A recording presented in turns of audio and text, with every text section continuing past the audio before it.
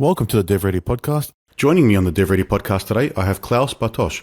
For those of you that are new here, I'm meeting Klaus for the first time. We can get to know him with you, and I'll let him take away. Yeah, excellent. So I guess, Anthony, we're here to talk about the fun journey that founders have trying to get their businesses off the ground. A little bit of background perhaps about me might be useful to give some folks some context. So I've been in the IT industry now for some 35 years, civil structural engineering by background, but landed in IT some years ago, and I've been on the vendor side and the client side in those decades. Prior to my current business, Dreamoro Group, which is a venture capital company focused on helping health tech founders bring their products to market, I founded and led a health tech business in Australia, which I listed on the stock exchange via an IPO. Ran it for 7 years as a listed company and then exited it in October 2022. And through both my own experiences as a founder in that business and as a early stage partner in some previous businesses, have learned a tremendous amount about what the mistakes that founders make. God knows I've made, I think, almost all of them, and I think the shortcomings that investors have in understanding how to assist and help founders make the right choices and decisions, and that's kind of led us to doing what we do now in Dreamoro Group. And as I mentioned earlier, briefly, I've spoken to some 450 founders now in the last 18 months, and I mean deep conversations, not 5-minute chats. Where I've spent some time seeking to understand their business, the problem they're trying to solve, and understanding what, if any, strategy they had, and what has in part surprised me, but in hindsight probably not, should not have, is that of the 450 founders I've met, 2 had a well thought through, considered strategy. The others didn't have one, in fact, at all, much to their surprise. What they had, when I talk strategy, they tend to go straight to, I've got a go-to-market plan. Go-to-market is not strategy. Go-to-market is a subset of strategy. So founders properly thinking about and understanding how they plan to commercialize what they're creating, who their end customers actually are that they're servicing, what's the core metric that drives accelerated growth for my business, how do I know I'm building the right thing for the right audience, is a key problem that they don't spend enough time solving. Instead, they waste their own capital or sweat equity, waste other people's early stage investment capital in trying to iterate and find product market fit, when if they actually did the homework right and sought the right expertise and support from people around them, they'd end up with a better success. Yeah. It's challenging. It's a challenging area to do well. It definitely is, and it can be a harrowing journey. Especially as you mentioned a little bit earlier before we started, it's a lot of the startups you're talking to, or the founders, they're early 20s. So there's not much experience, there's not much under the belt. There may be a part-time job or two, some couple years in corporate, and they've got a very niche role that they've been working in. And then they're like, all right, I'll go now and be the everyman and be a founder and wear every hat. On our website, it was almost cathartic to have written it, but on our website, we on dreamoro.com.au, which is spelled dreamoro.com.au. There's a article called The 21 Challenges That Founders Face. There are actually many, many more, but these are the 21 big ones, because for some reason there are at least 21 big ones. And when you drill into it, what you discover is the challenges that a founder has is that they may have domain expertise in the particular topic. They may have experienced a particular problem, but what they've probably never done is any UI, UX design, have any idea about back-end architecture and design, how to do software engineering, how to commercialize a product, what marketing looks like, what sales looks like, what effective operations look like, ran a P&L, built a team, led a team. It's that there are so many skill sets that a founder needs to have a capability in that it's challenging. And a lot of founders are typically in their 20s, sometimes in their 30s. And I think the truth is that unless you've spent 15, 20 years in the industry, the probability that you'll have it been exposed to those broad range of skills is pretty low. And as a result, they're making decisions and choices about team members that they're hiring, things that they're doing that are based almost entirely on gut instinct and not on expertise. And that's not an insignificant problem for a founder to have to deal with. And I empathize deeply with those challenges. Even in my last business, which I founded, I was an experienced IT executive. I had dealt with the broad range of technology experiences that someone would expect to have. I thought I knew enough of what I needed to know, and discovered that even with that knowledge and skill set, we were making lots of mistakes. Like the first key big five strategic mistakes, the key five big decisions we made when we first launched our last company, we had all our strategic decisions wrong. And so it's difficult, but not impossible to do it right. And to do it right means to sit back and work through a process to define your strategy well, and define the problem you're solving well. And so I spend a lot of time these days working with founders, helping them think through the playing to win strategy process by Lafley and Martin, which in my mind is easily the simplest, cleanest, and most easily understood strategic model for any business.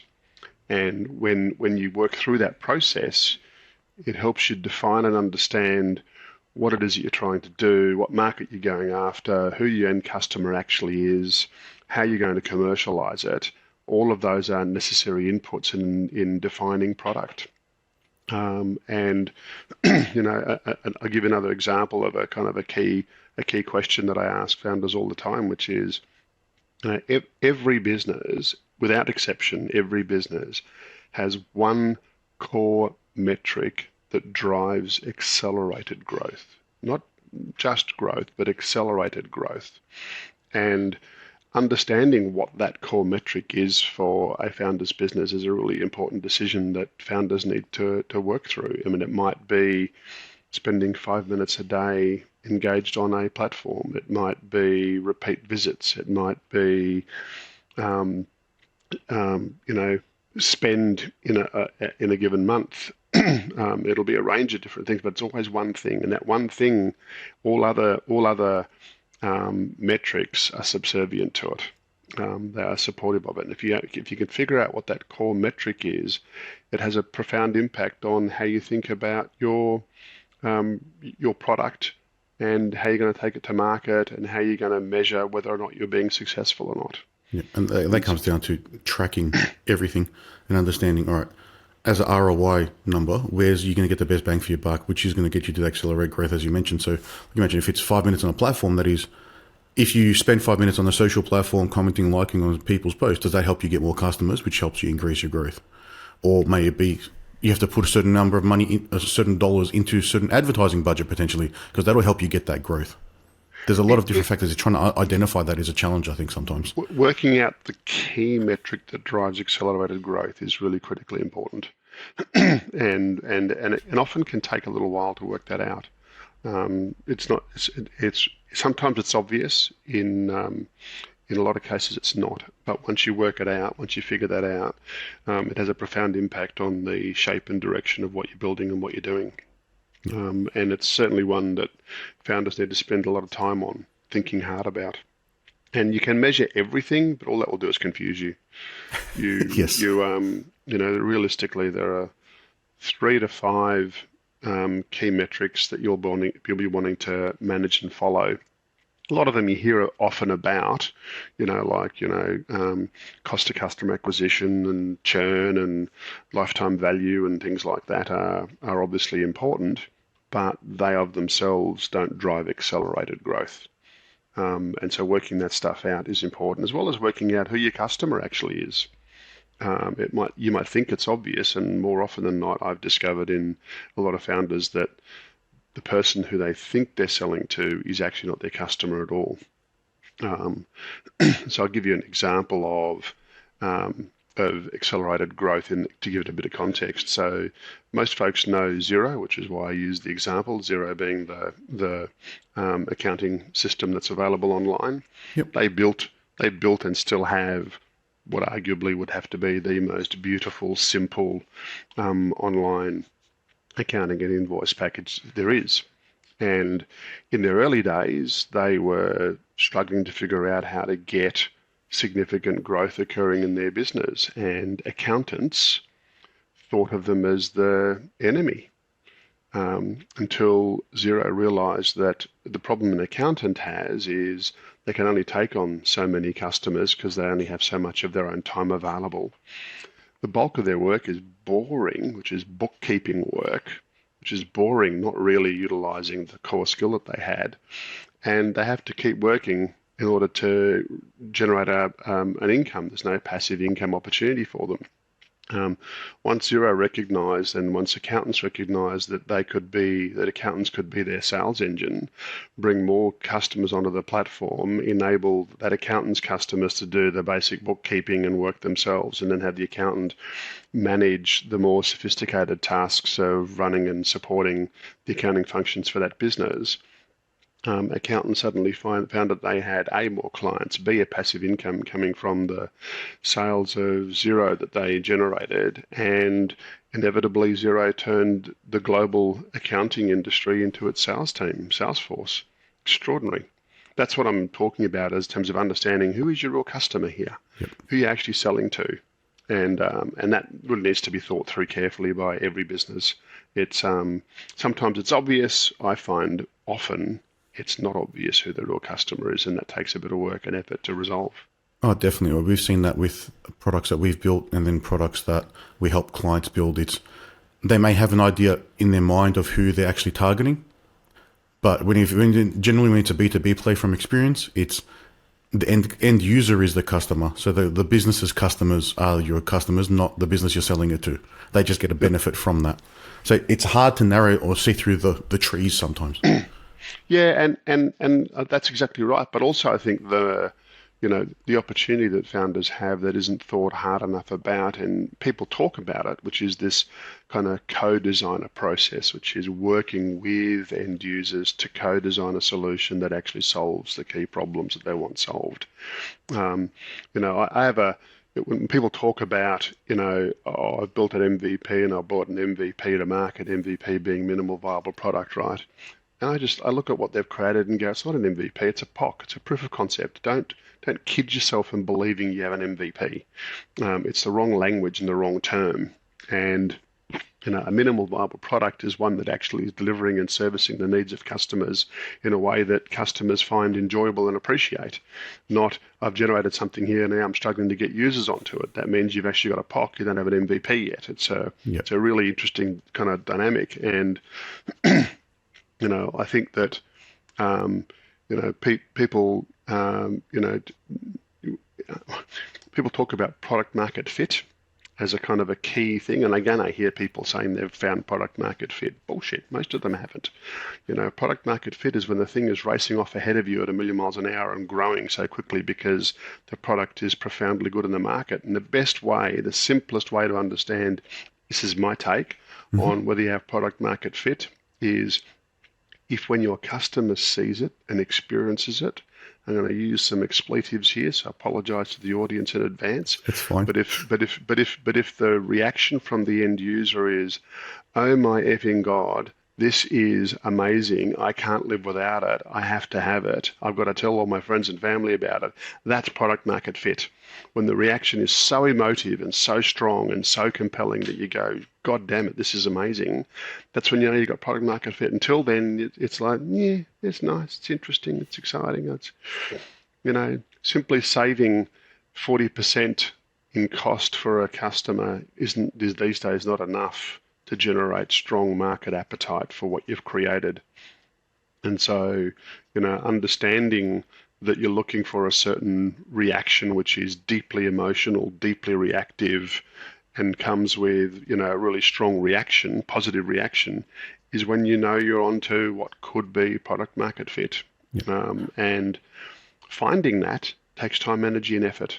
and iterations. It does. And it may seem like it's a simple idea that gets to product market fit, but I was on a call yesterday with a client and a technical team for a deployment, and the team on the other end was like, I don't know what this product is until today because it's the first time they've seen it. They're like, I didn't understand how this wasn't in the market earlier. It was such a simple idea, but it's been executed well where it just seems like it should have been the normal all the time. And when you hear feedback like that, that's, you know that they've hit the nail on the head. They've landed on something. Now the challenge they've got, of course, is, and what I heard you say without you saying it was, it takes a customer a while to understand what it is. Sometimes. And so understanding how best to market and position a product so that people can get it straight away is a challenge. Yeah. Effective marketing is challenging and difficult, and sadly, in my opinion, most so-called marketers don't know what they're doing. And so, people who really understand marketing are rare and far and few between. And when you find them, they're pretty impressive. We have an advisor on our team who's a marketing expert I've known for a very long time, and he gets it. He understands it. Most folks don't. But there's a lot of skill needed to be successful in bringing a product to market. And even if you've built the best product, it doesn't mean you will win. In my decades in the industry, the one thing I've learned is having their best product guarantees you nothing. It's not uncommon for your competitor who has a lesser quality product to be more successful, in part because they are better at marketing, or in part because they have more capital at their fingertips to throw at marketing. And so it's not often that that having the best product is of itself sufficient to actually win a market. Completely agree that it's not one metric, whether it's the best marketing or the best product, or it's a factor of things. And when you're better at a few of those compared to whoever you're competing with, you'll exceed them. Just touching on the marketing there, I find a lot of the marketing ends up being a lot of like trial and error. It's testing something, seeing if it works. If it doesn't, test something else and just keep reiterating. So that's certainly okay. I don't have a particular problem with the kind of trial and error of testing around marketing, providing it's being done sensibly and well. I have a few challenges with marketing and marketers, and that is that they don't want to hold themselves accountable for the measure that matters. Mm-hmm. And the only measure that matters isn't how many clicks you got, how many click-throughs you got, how many likes you got, but for every $100 you spend on marketing, how many sales you got. Yep. And so I don't care whether you sent me 100 leads. I care I care how many of those led to a sale and what the value of that sale was. And so putting together a math that simply says I spent this much and I got this much in revenue, that's the only measure that matters. Everything else is complete bullshit. Is the simple truth. And so that's a real challenge in the way marketers think, is they, especially agencies that you engage, they don't want to be held accountable for actual results that matter to a business, and they avoid it. They avoid being held accountable for it. And I think if they're genuinely good at what they do, then they need to understand that their alignment needs to be to the measures that matter for the business, and what matters for the business inevitably are conversions to sales and the revenue generated for the spend. That's the only ROI that actually makes any difference. Yeah, and that's the return on ad spend is the key metric there. If you do any advertising, any marketing, and then if you can tweak to reduce the cost of acquisition, that just makes that number multiply. So you have to focus on the top end first, and then you can introduce the efficiencies there. Yeah. CAC's interesting, which is CAC being CAC, customer acquisition cost. And the reason it's interesting is that I often see people say they spend $1,500 on an ad and they got X number of sales. And I go, that's terrific, but that wasn't your only cost for a customer acquisition. You had salespeople, marketing people, other related costs. A fully loaded cost is what you need when thinking about cost of customer acquisition. And that's really, really kind of key. Yeah, there's the onboarding, in the whatever process. is involved in that whole process. You've got to look at it holistically. Absolutely critically important, because it's not until the customer's on board and committed that it matters. And in some cases, people will look at CAC but ignore that there's a percentage of customers that leave within 3 months. Yep. And you've actually got to look at, whenever I do this, you look at like, what's the churn that happens in the first 3 months, factor that into your acquisition cost and accept that as not a converted customer. Okay. And So that way don't bring down seeing, your customer lifetime value or average it. It's just don't just factor them out completely. brutal. Be brutal in your assessment of real customer acquisition cost. So be really brutal in understanding that early churn means that you didn't win the right customer. Correct, because they're They not didn't sticking stay around. on board, and so don't think of that as a success. It's actually not, Yeah. and so include that as part of your cost, or include it as the actual number of customers I got. I might have got 20 in this process that I converted, but 5 left in the first 3 months, which meant I actually got 15. And so use 15 as the number of customers I got for the investment I made, not 20 is the point. Yep. And you'll end up, as a result of that, getting a much more realistic view of what's actually happening in the business versus kidding yourself and believing that you're seeing numbers that look lofty, but they're bullshit. Yep. It's being true to what's actually happening. I think you have to be really clear-minded and transparent with yourself about what's working and what isn't, and how to get that right. I wouldn't mind talking about strategy for a moment because it is such a critical topic, and I mentioned the Playing to Win. It's a Playing to Win book by Lafley and Martin, where it describes this kind of five integrated steps to defining strategy. It starts with a winning aspiration, and then deciding where you want to play, which is a bit like what segment do you want to go after, how you're going to win in that chosen place you're going to play, what capabilities do you need in order to execute that plan, and then what management systems and measures do you have to put in place to validate that the strategy is working. They're the kind of 5 integrated steps in the process. Key is understanding where you want to play. And the reason is that another problem early stage companies make is they want to focus on securing everything in the market. So I'll give you an example. Healthcare being in the space that I operate in, you might say that where I want to play are hospitals. Okay, but that's actually a really broad market. What kind of hospitals? Day hospitals, public hospitals, private hospitals, regional hospitals, small hospitals,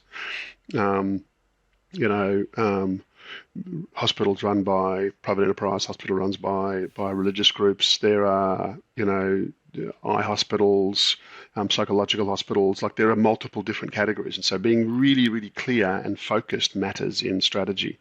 And so there are always going to be many places you could play, but deciding where I'm going to play and then win and then expanding from there matters. And so as another example, you might say where I'm going to play is Western Sydney.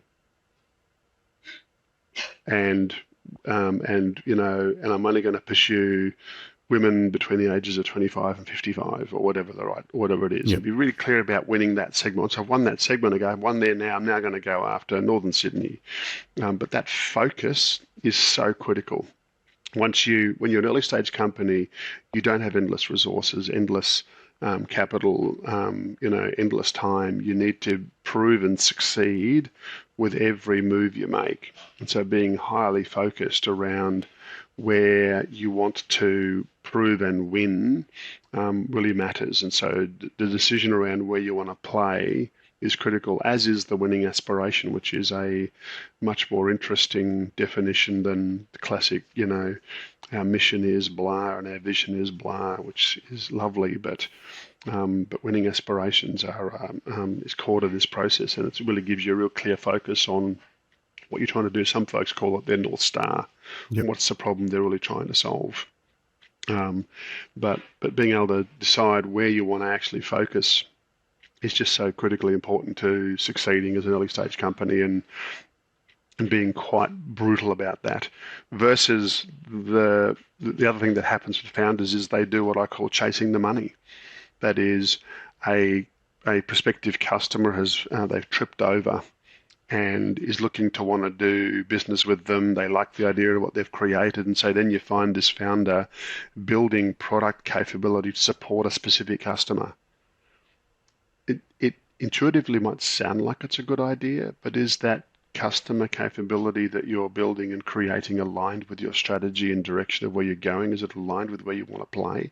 Or is it simply distracting you from your main focus and path? The desire to have revenue early can often lead you to chasing this customer and securing them and believing you're doing the right thing, when all you end up doing is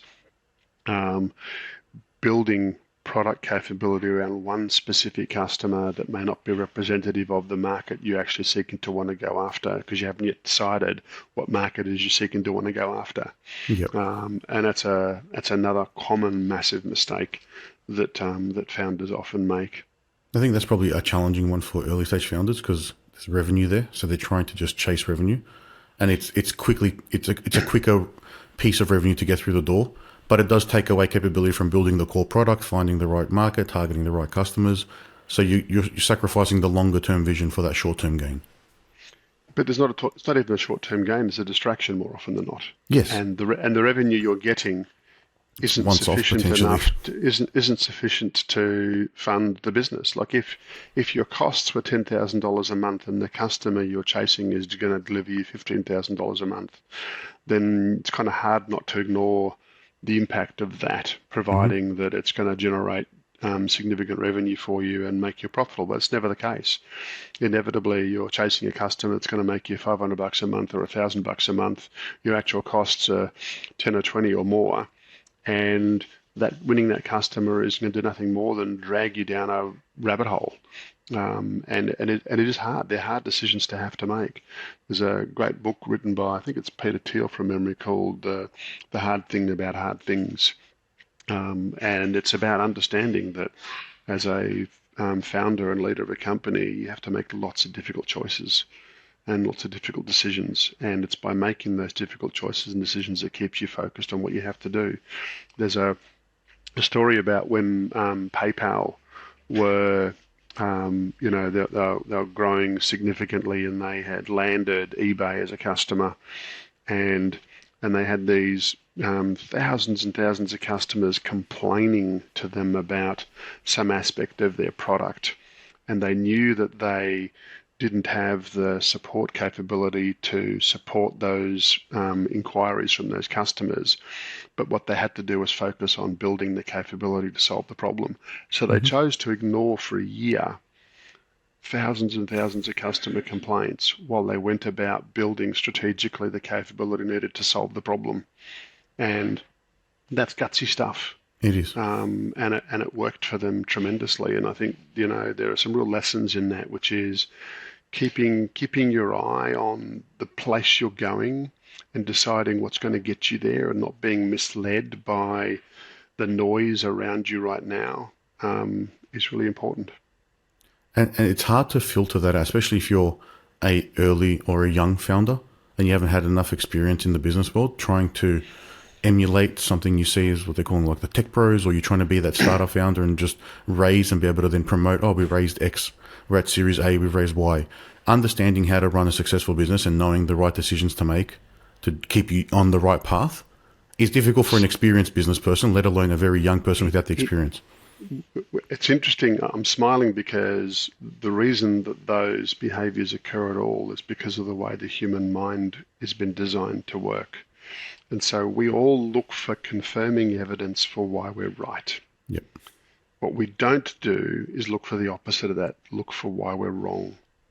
And one of the best things you can retrain your brain to do is to look for why you're wrong. Look for, what am I not seeing? What should I be seeing? Where might the mistakes be? What's the, this looks instinctively like it might be the right decision, but why might it not be the right decision?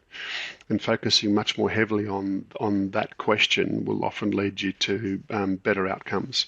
And so, and the thing about, it's effectively confirmation bias is another kind of term, the way people describe it, right? Which is, yeah.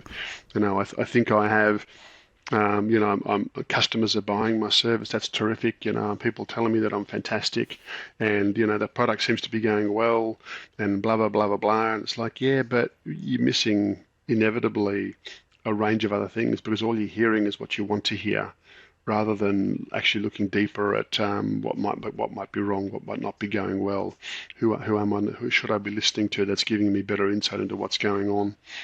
And that's really difficult because everybody, being a founder is hard as hell.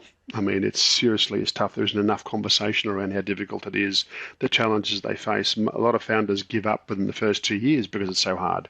Yep. That just does their head in. And so, how do you get up every day, apply yourself 150% every single day when you're faced with challenges and difficulties and problems? And that's why we like confirmation bias, because it makes us feel good, even though all we're doing is actually bullshitting to ourselves. Yeah. And that's really a really challenging thing to kind of manage and deal with. But if you can focus on properly and objectively assessing everything in the right way, you're doing well. I'll give another example of kind of this point. There's a founder I met some years ago, I've known for a while, and she's building a product that is solving a particular problem in children. And the size of the market of children affected by this particular problem globally is about 200 million children, so a lot of people. Yep. And I said to her, so tell me, over the next 3 years, what's your business plan?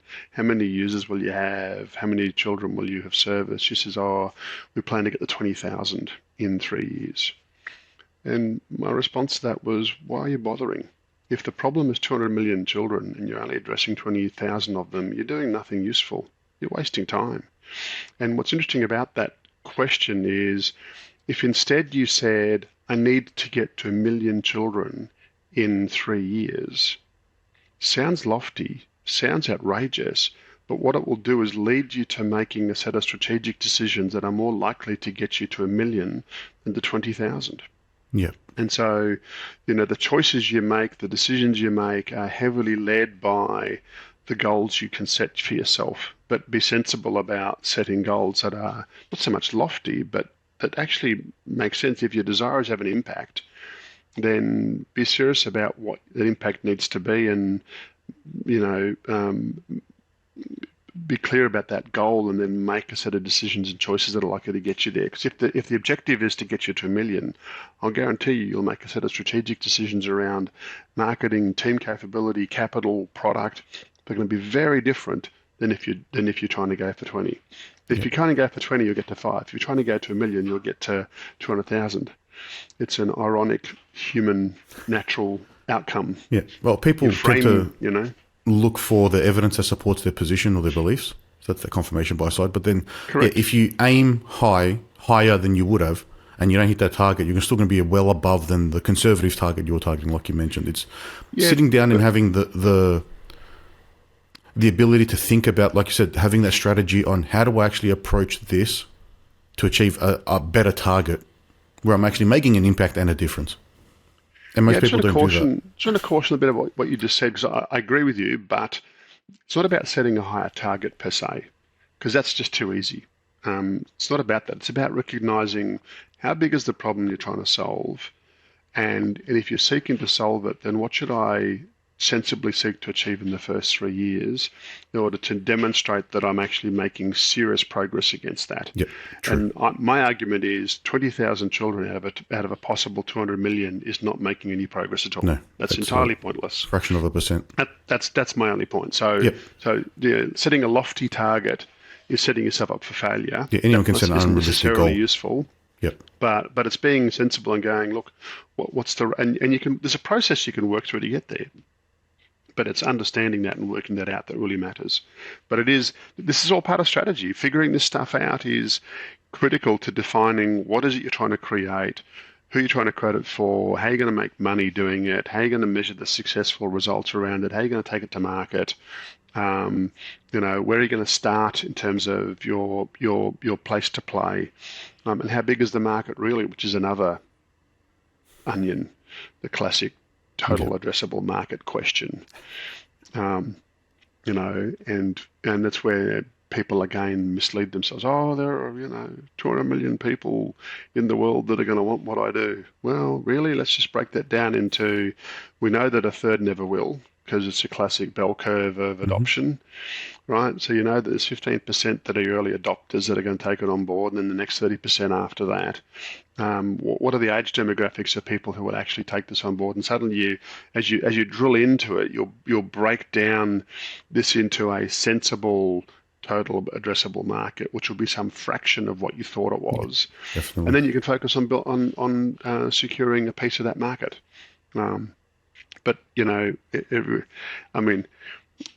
every investor pitch I see has a classic hockey stick in it for growth and success, and the only ones that have ever done that, people like Afterpay, it's rare. Yeah. Most founders are an overnight success after 10 years in the industry, having a crack at trying to get it going. Yep. So it's a really interesting kind of balance in being successful. And the allure of being a founder or a startup founder, I think, is what may confuse some people and not allow them to make strategic decisions to get to actually achieve what they want to achieve. So what do you think is the allure of being a founder? Oh, to me, I'm not sure. It's more probably with the social media age that you see things where everyone's a founder, they're living a certain lifestyle, they're able to raise millions or hundreds of millions of dollars, so people are attracted to that.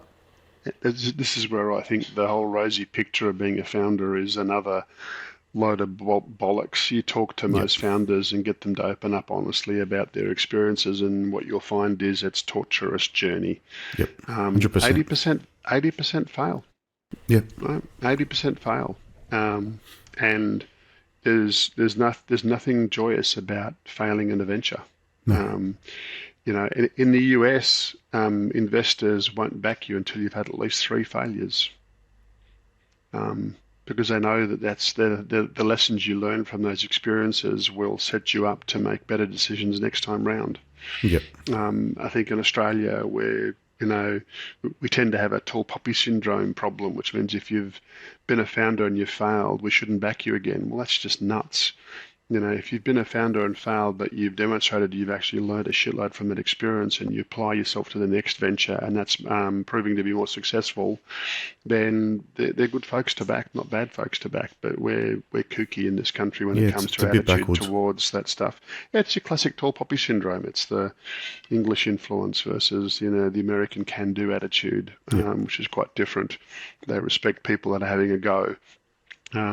Here we jump and pounce on people that have failed, and I don't think failure is a part and parcel of the journey. Yeah, definitely. That's the only way you're going to learn the lessons and make the mistakes to help you know the right decision. You shouldn't have to. Hopefully, you've found yourself some mentors and folks around you who can share with you their life experiences as a founder and help you avoid as many of those pitfalls as you can. Some things as a founder you have to experience, because no matter how many times you tell your teenage children the things they should and shouldn't do, they still have to go through the journey of experiencing that pain themselves before they reflect on it and go, my God, my dad was right. Yeah. That's just the way some things are. But as a founder, you can absolutely benefit tremendously from listening to the people around you that have actually had real experiences. But be careful that you're listening to people that have had some real experiences, not just claiming they have had those experiences. Yeah. I liken that experience to becoming a father. Before you have your baby's born, everyone tells you 1,001 pieces of advice. None of it sticks until you have the baby, and then you go through and you realize, all right, you pick the ones that actually apply or that made sense, because you have to go through the process to understand the perspective that someone's gone through sometimes. So like you said, sometimes you have to go make the mistakes, but other times you can take on advice and and sidestep it. That topic's a big topic in itself. I mean, Western society has, you often hear the word "it takes a village to raise a child," and that's because in a proper village environment, all the different folks in that village contribute massively to helping those parents raise that child, where in Western society we're on our own. Yep. There is no manual. provided. And we don't listen to our parents, and our parents aren't actively involved in the raising of those children as a general rule. So it's certainly an interesting challenge. I mean, I'll give another example of. I mean, health tech is, as I said, the sector that my business focuses on, and one of the interesting things about healthcare is it's entirely a reactive industry, right? Which means you fall sick, we will try to fix you after you've fallen sick. Yeah. Now, think about it like this, though. When you buy a car, a brand new car, you get given a book. In that book, it says you got to perform these services at these different intervals, and we religiously do them for the first 5 years. And the reason why we do them is because we know that if we don't and we break down, the inconvenience of breaking down and the cost of repair is significant. We don't take that same logic with our own health and our body. There actually is a book written by the AMA, and it's called the Red Book. And the Red Book is your Bible that tells you about all the different cancer screenings and health screenings you should have throughout your life at different stages to allow you to proactively manage identifying risks and problems before they occur, so that you're dealing with those things, but we don't do them with ourselves. And it's a really kind of, I find it interesting that we have access to these things that can guide us, but we choose to ignore them for one reason or another.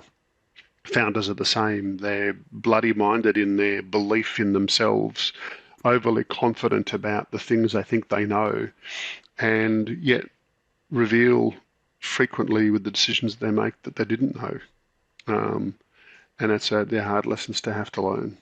As long as they can learn the lessons from them, make the right decision next time. That's what matters. There's a lot of people keep repeating mistakes. Founders who listen well, who invite feedback, who appreciate being challenged. In fact, on this appreciation of being challenged, I often say to my teams, and my teams over the years know this because it would ring in their ears at the frequency with which I would say it. But effectively, customers, partners, staff, investors telling me and telling us what we're doing well, I can't do anything with. Telling me that something is terrific, I can't do anything with. People telling you and challenging you and telling you why you're wrong and what's bad and what could be improved, those are opportunities that should be embraced. And so, I can't do anything with someone blowing smoke up my ass. It's completely useless to me. Yeah. People, telling me where I'm going wrong or where the company's making mistakes or where the product needs to be improved, that's invaluable. And so focusing on eliciting that kind of input is important. Being willing to be challenged, asking questions that invite being challenged is important. Most founders don't like being challenged. Most founders don't like being questioned. They struggle with people who are asking them tough questions and raising tough issues with them, when in fact, within those comments are rivers of gold, and they should be embraced and appreciated and exploited and evaluated and tested. They might still be wrong, but don't ignore them. Don't be silly enough to ignore them, but invite them. Ask people. Like, I don't go to someone and say, tell me why you think my product's fantastic. I'd rather go to someone and say, tell me where you think we've got it wrong, where I could make improvements, where things are not right. And do that with your product, your people, everything. It's really, really important. Well, they're all the opportunities for growth. 100%. Well, within those insights, you end up finding something quite profound and quite interesting. Klaus, I'm sure we could keep talking for another hour or two easily. No I'm just doubt. conscious of time. So if anyone wants to hear more about you or learn more about yourself and Dreamoro, how can they do that? Now, look, the easiest way is if you go to dreamoro.com.au, there's a contact us page there. They're welcome to drop a line there. Alternatively, my email address is easily found as well. It's just kbartosch, BARTOSCH at dreamoro.com.au, or my LinkedIn profile. There are only I think one Klaus Bartosch, maybe two on LinkedIn globally. I'm therefore easily found and connected with via LinkedIn as well, and people are very welcome. They'll also find I write a lot of LinkedIn articles and posts and blogs, and as there are on the Dreamoro website that expand on the topics that we've talked about today. So certainly happy for people to reach out anytime. No concerns whatsoever. Feel free. No problem, and we'll add all of that to the show notes and when we post the episode. Once again, it's been an amazing and interesting chat, and I'd love to continue this another time. But thank you for your time today, and I appreciate it. No, pleasure. Cheers. Bye-bye. Thank you. Bye.